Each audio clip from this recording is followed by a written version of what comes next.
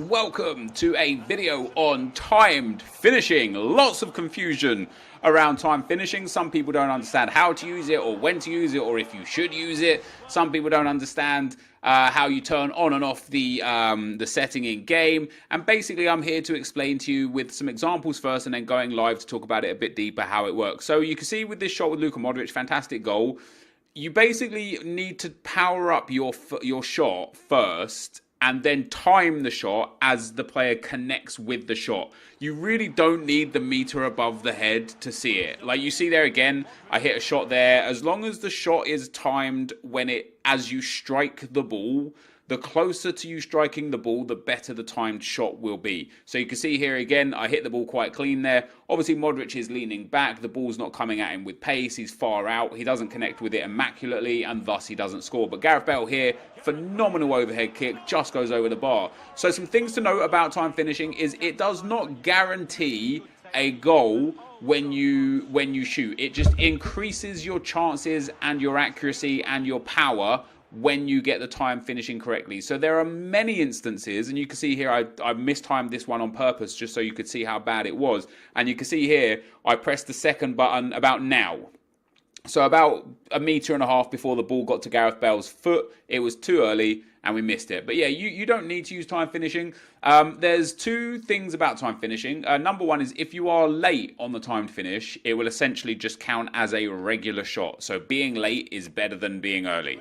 If you are early on a time finish, you will skew it in terms of, like I'm showing some right here. I've missed these ones on purpose again. Some of them maybe not on purpose, but I've taken a few of these and just hit them early. Like you just hit the ball into the ground. You hit it quite weakly.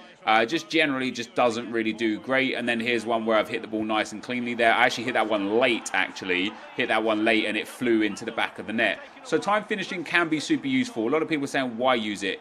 Ultimately, you don't even have to use it. A, you can turn it off. Or B, you can just not use it. You could just press shoot and then not press shoot again afterwards. So if you just power up a shot and then boom, that's that job done. The reason why time finishing is useful is because you can hit bangers with it. You know, especially if you've already got players that have really high finishing, really high volleys, really high composure, putting time finishing on those guys is going to make their shots even more powerful, even more accurate, and just be an absolute godsend. So I would say in terms of when to use time finishing, for headers and volleys, for crosses, fantastic, and for when you're running onto a ball. And I'm going to show you a goal that I scored with Dybala right here, which is a perfect example of running onto the ball. I don't necessarily recommend you use it in the box unless it's an example about what you're about to see here. I cut in with Costa, we get into the box, we cut across, Khedira into Matuidi, and then boom, Dybala hits a nice, just fizzes that one into the top corner. And I basically powered that up, waited till it got to his foot, and then hit it. So if you're dribbling with the ball at a player's foot, you don't really have the time to do a timed finish because by the time you press shoot the first time, they already have the ball, so they just shoot, right? So when you're in the box with the ball, when you're one-on-one with the goalkeeper, time finishing is probably going to be largely irrelevant and useless. But for headers and volleys, for crosses, for running onto a ball to shoot, time finishing is going to be so good, so strong, and it's just going to give you an edge. It's going to make a skill gap that previously wouldn't have been there. And it's not to say that you wouldn't score some of the goals if you didn't use time finishing. I don't think I would have scored that shot there with Heung-min Son if I didn't use time finishing. But that Dybala shot, for example, I probably would have been able to score without time finishing. I could have just taken it in, then done a finesse shot around the goalkeeper. I probably would have scored. And there's a goal here coming up before we go live from Harry Kane, where it's a header. I perfectly timed the finish. He heads the ball into the back of the net. And I think that might have still gone in had I not timed the finish. So here we go. We've got the ball here down the right-hand side. We get the ball with Dele Alli. He scoops inside, accelerates past the Dortmund defenders. We cross this to the front post. Harry Kane gets that header across the face of the goalkeeper and in. Now, if I didn't time that finish, does the keeper save it? Does it go wide? Does it go over? Who knows? Maybe the time finish worked. Maybe it didn't. But time finishing definitely can be useful. We're going to go live now, guys, and talk about it a little more. All right, guys, before we actually go into just a brief bit of gameplay, I'm not going to keep you here for ages. I want to read off some tweets from Corey, obviously the EA Sports Global Community Manager. He's got a lot of stuff in his tweets that's super important, mostly regarding time shooting. The first thing I want to read off is a tweet about people thinking that button delay and input delay is going to have an impact in time shooting, and it's already ruined, because I've seen that around a lot. And Corey says regarding that, he says, regarding time shooting and the power bar, it's calculated offline and based on what you see on the screen. So it will not impact online matches with inputs. So straight off the bat, I mean, the proof of that one will be in the pudding, but it seems that EA have considered that, and that is something that has been taken and isn't even an issue. You know, I did genuinely see a lot of people say, hey man, what's even the point of time finishing?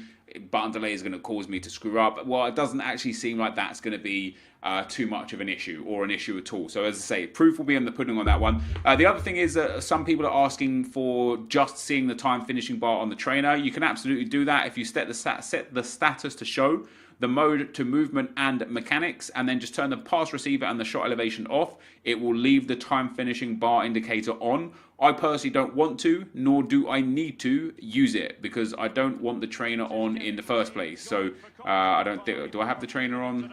I do have the trainer. Do I have the trainer on now? How do we turn it off? Damn, how do I turn it? I just don't want the trainer on. The other thing that I wanted to talk about with time finishing is that you can switch it off. You can literally turn it off. If you just don't ever want to use it and ever for it to be an issue. I know a lot of you guys have the muscle memory of low driven shots being the double tap of circle. So if you think that that's just going to be something that you do by mistake and ruin a lot of your shooting, just turn it off, no problem at all. Obviously it is there for a skill gap, which we'll get into in a second as well. You can also turn off a couple of other things, but this is only for time finishing. So I'm going to hide the trainer. I'm obviously going to have time finishing on.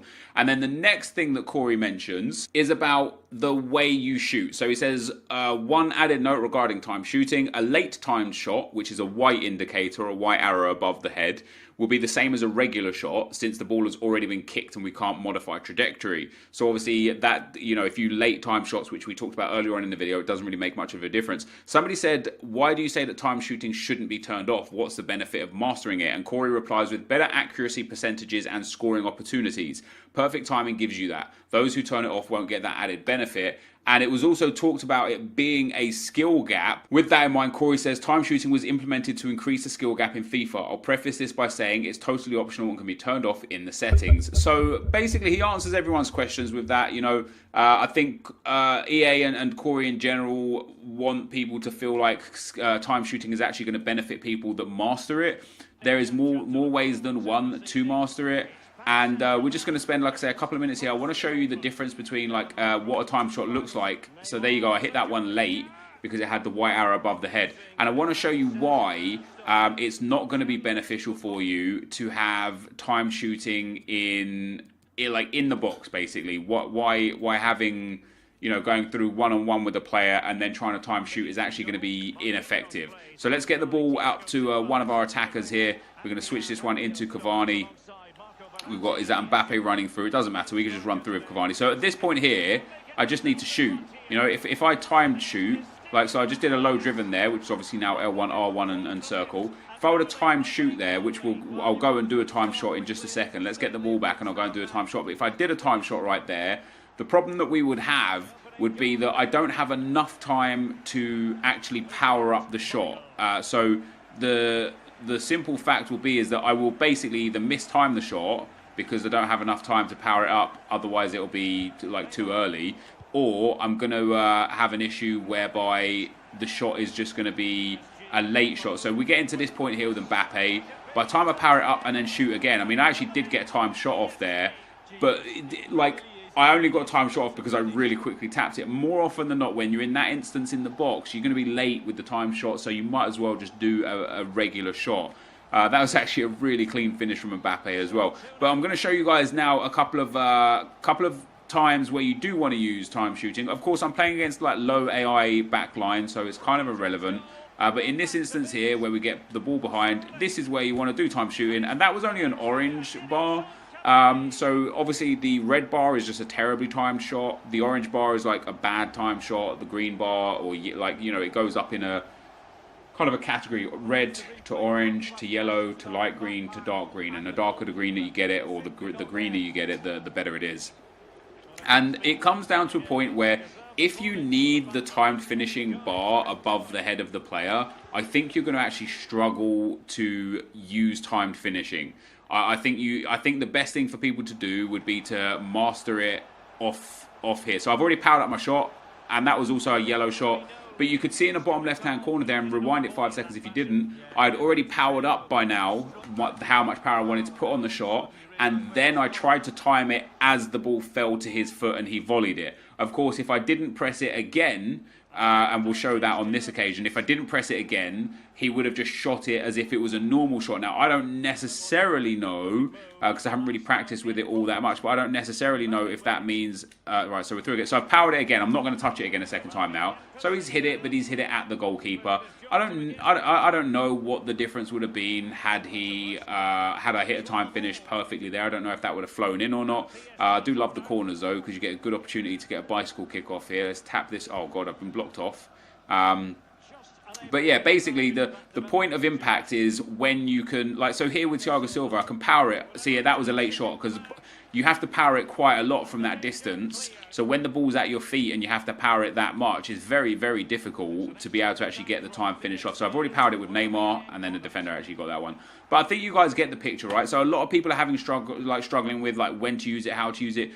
Don't use this. Don't even use this all the time. Like I've actually been forcing myself to use it in games. Like everything I've been doing has been looking towards the time finishing because I want to master it. But I've already powered with Mbappe. I'm not even going to get close to the ball. You should only use it when the opportunity arises. So it is good to practice it, to get it in your mind, to understand when and how it's important. But there is definitely something to be said for regular shots, finesse shots, and low-driven shots still being super overpowered. And we're going to show you guys a low-driven shot here as well, just so that you know. I did hear as well that you can actually time low-drivens, but I don't think you need to. So we're through here with Mbappe. We're going to get into that typical low-driven angle. There is the low-driven, and it's beautiful again. And obviously, if you have really high shot power, really high finishing, that's going to get lasered in. One of the players I've had the most fun with using a low-driven so far has actually been Harry Kane.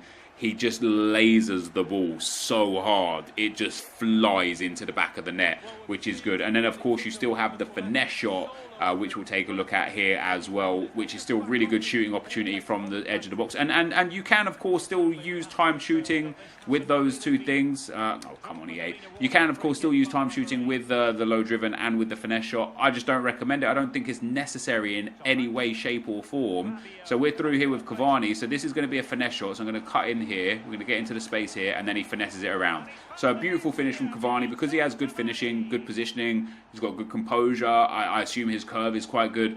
We don't need to time that finish. So don't get super caught up in thinking that time finishing is something that you have to use every shot or you're going to miss out. You can score plenty of goals and a perfect amount of goals without it. The times where time finishing is going to come in handy is going to be when the ball pops off to you, 20 yards out. Let's say, for example, we get the ball here to Cavani. The ball pops out like this. Now, Verratti, bang, time that finish. Wasn't a perfect time finish. Keeper got a save. And, I can even hit it here. Oh, that was a red shot. And then another time finish. And then another time finish. And how about another one? So it pops out. Oh, that was just a regular shot. That's my fault. But you guys get the picture. I've actually, when I played against the AI on Legendary, I found it quite difficult to ever find a time to force a time finish, Wow, I just messed that up massively. I never found the perfect time to force a time finish. It either had to come completely naturally or not at all. And I wonder how that's going to be impacted online when you play against people. Obviously there's going to be Mbappe's here, so you can also use it obviously off of skill moves. That wasn't the perfectly timed shot, but because Mbappe's got good volleys, got good finishing, got good composure, that one still flies in. Like I say, what you get from a time shot, or what, like Corey says, is you get better accuracy and scoring opportunities. So basically, it makes it more accurate. So all that a mistimed finish means is that it makes it less accurate. So if you've got a player that's still very, very good, they're still potentially going to score some of the badly timed shots because they have such good shooting stats. But I can't imagine that with a great player, you're going to score some time shots. With a bad player, I can't imagine that you're going to score some mistimed shots. At least not often. One thing that I just want to show before we go here, guys, before we end this, is that you can hit big time finishes with any players. If you do hit it perfectly timed, and I'm not saying I'm going to get it perfectly timed here, but what I want to do real quick is I want to go and put Thiago Silva up front. Of course, he's a centre-back. He doesn't have the greatest the greatest shooting. or the greatest volleys or anything of the sorts. And we're going to flip a ball to him real quick right here. And I'm going to show you that even him, even Thiago Silva, can still bang. Has Thiago Silva run up front? Yeah, so he's already run. So he's running through there. I think he's offside, but we power it up.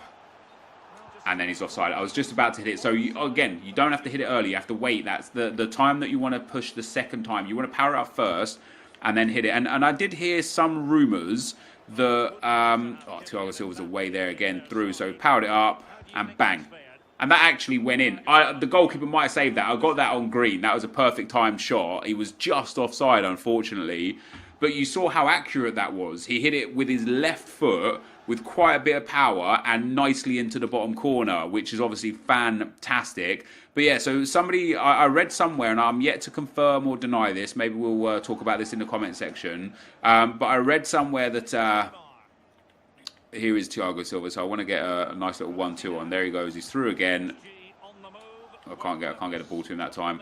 Yeah, I read that if you put less power, you will get a finesse timed finish, and more power will be a driven timed finish. Let's whip that one in. That wasn't even a great timed, and there we go. Banging time finish there. I couldn't have asked for something better there. That's why I think time finishing is going to be incredible, because a situation like that where on Thiago Silva's left foot, under pressure, I probably would have missed that. It would have hit the side netting or gone wide. Keeper saves it, and look at that. He gets just around the defender and puts it perfectly home into the back of the net with a really great finish, a striker's finish. And that is simply because I got perfectly timed finishing. If we go to the instant replay here as well, I mean, this could not have been better. Look at the way Thiago Silva finishes this ball. He just wraps that around. Look at the point of impact as well. So the point of impact, on the point of impact, my bar is, do you know what? That's not even the best. Like, you can see the little gap in the bar still. So I could have held off for about another 1/10 of a second and I still would have got it better. But that is a perfect shot. Just straight into the top corner. Keeper saves it. Comes out there. Thiago Silva wraps his leg around that one. Fires that one home. I've no doubt in my mind that he would have missed that if it wasn't for a time finish. So that, guys, is how time finishing works when it